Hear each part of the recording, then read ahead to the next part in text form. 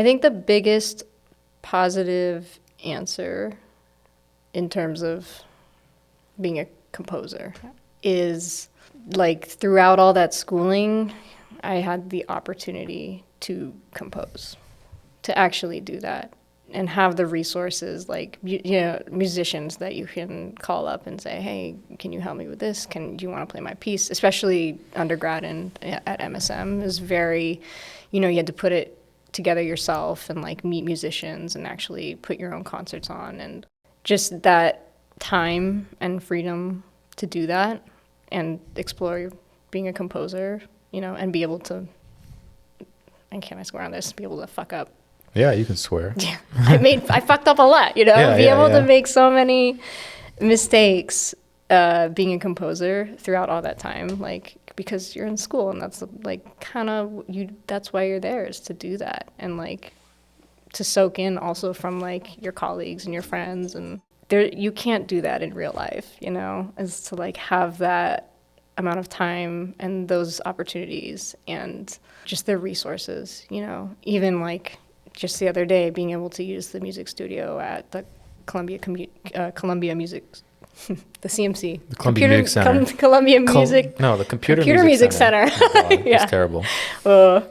Yeah, just having the ability to go in and use their nice microphones and use the recording studio, stuff like that. It's like, so many. It's like that's as much as I could complain about however a decade long of education. It's like I'm so grateful to have had all of that and to like meet amazing people like you along the way, of course, so. So what I would have said meeting me was a negative, but what? It's on your show. This is great. I guess I'll say the positive. We can go to the negative next. But I guess all the same stuff. For me, it's the biggest thing is I was able to do something I thought that I thought wasn't a real thing. Like growing up, I didn't know anybody that was doing any music at all.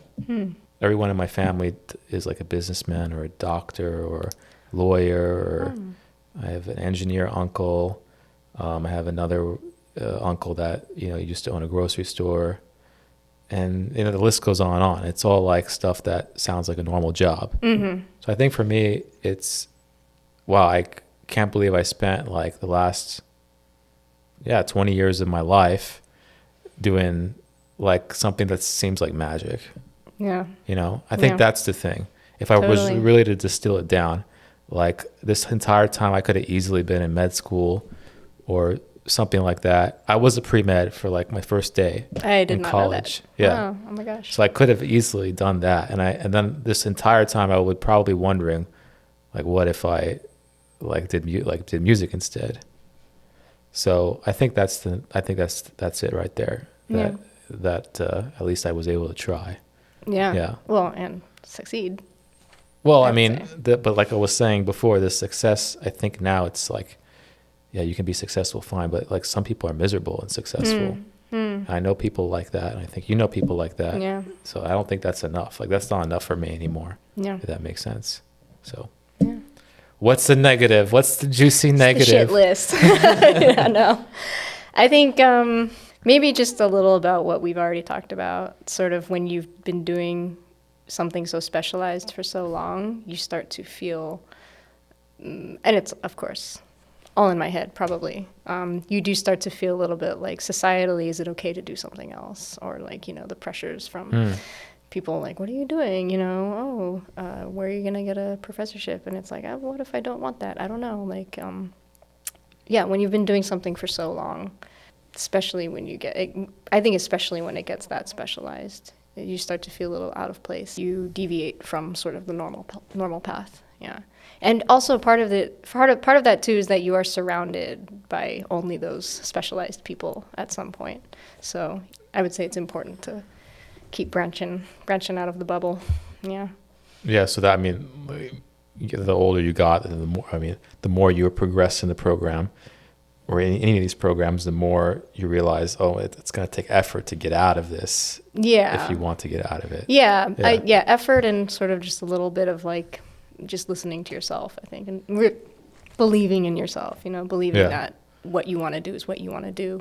You don't have to please other people. Yeah, that's the big thing, not pleasing other people. Yeah. Which is kind of like, in a way, especially if you're a performer, that's kind of like what you're taught to do, to please other people. Yeah. I mean, that's really what it is. You want to provide an experience for somebody else, or you want to play that excerpt like it's supposed to be played for your orchestral audition. Not the way you want to play it, but the way it's supposed to be played. Yeah. So in a way, it's kind of like you're pleasing. The job is to please other people. Please other people, in a way, When you've been taught that for how many years of your life. Yeah, exactly. Hard to break out of. I guess for me, the negative, if there is a negative, I didn't think the money would be this low, to be honest with you. If I'll be blunt, I didn't think the money was going to be as low as I'm seeing it now. Yeah. In terms of commissions from major institutions and things like this.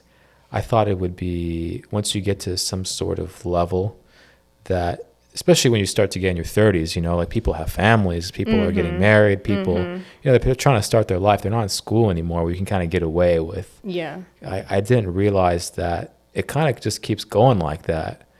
And I think that's, I don't know what to feel about that, because once you feel like you hit a certain level and you're like, wait, the money is not what I thought it was going to be for the amount of experience one person has, Yeah. I mean, I feel like that could be a whole nother episode. Yeah, we want to talk business and practicality of composing. But that's what I was surprised about. I'm not surprised by how long it takes to write a piece. I get that. I'm not surprised that it's hard. I'm not surprised that it's competitive. I'm not surprised that, the older we get, there are less of us doing the composing, because it's not easy to keep doing it. I'm not surprised by any of that. I am surprised by the lack of funding, though, for new music especially. That's surprised me, especially in the United States, where you think there's all this money everywhere.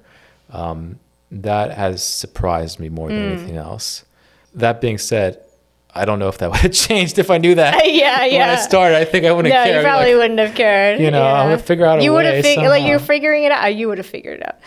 I think, it's funny that you say that you're not surprised, or that you are surprised, because I'm not surprised. I don't know what. I think maybe through my MSM years, it was pretty obvious that there was such a disconnect between generations that who was teaching and professors, and the amount of money they had when they were out doing new music, versus our generation and what we have to do to sort of consistently doing grants and hustling and multiple. Maybe because I have a lot of friends who are performers too, that exist in that world where it's just it's brutal out there. So yeah, I don't know. That's a whole nother thing though, is because when the people who are doing the educating are so disconnected from what the actual real life situation is, and really not in touch with that or letting on about the realities of that, then I think that's really what's going to make the thing collapse on itself. Yeah, I mean, I don't know what the long-term implication is, but that definitely surprises me, and actually still continues to surprise me, because there's even some ensembles that I know that I've recently worked with, that they continue to apply for grants, and they continue to hustle a lot, even when they're established. 20, 30 years, I'm talking, not 5 years. This is another level of dedication that I'm not even sure I'm prepared to do for that kind of length. So that's probably the biggest thing negative for me, I would say. Yeah, that makes total sense.